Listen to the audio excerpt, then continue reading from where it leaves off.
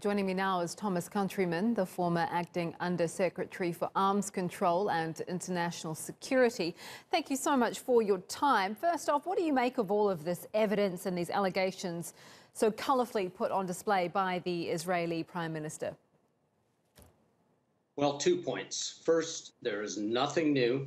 And secondly, it's a stunning lack of logic in the Prime Minister's presentation. Nothing new. Everything that he presented today was known to the U.S. government 10 years ago.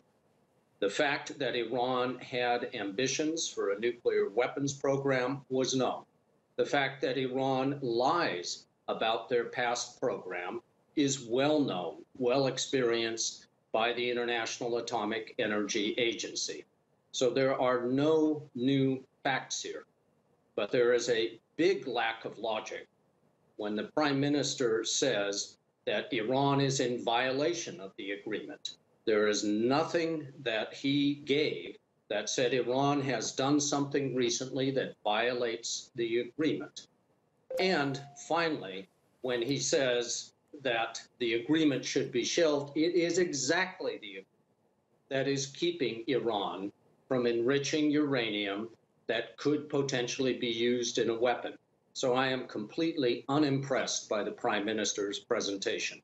Tell me then, how do you think that President Donald Trump is going to respond? Well, I think he always responds positively to Mr. Netanyahu. They have very much in common in terms of their attachment to ethics and truth. And I fear that President Trump is going to abrogate the Iran nuclear deal, the JCPOA, not for any good policy reason, but only because he made a campaign promise to do so. And the result will be no constraint whatsoever on Iran's nuclear activity.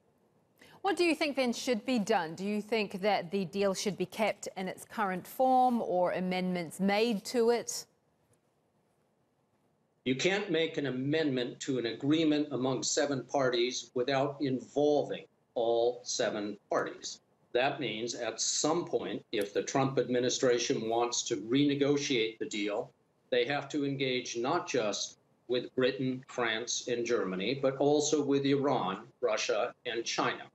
No question that the deal can be improved. But for it to be abrogated, as the Trump administration is proposing, will increase the risk of conflict in the Middle East and will increase the risk that Iran resumes a nuclear weapons program.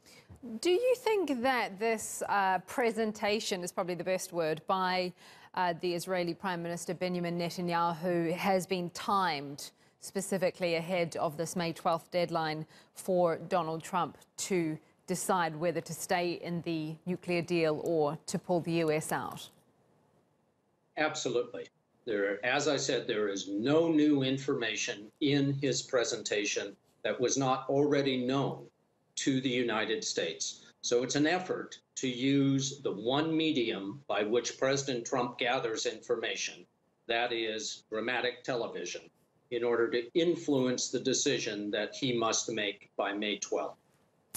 Good to have your analysis. Thank you so much for that. That is Thomas Countryman, the former acting Under-Secretary for Arms Control and International Security.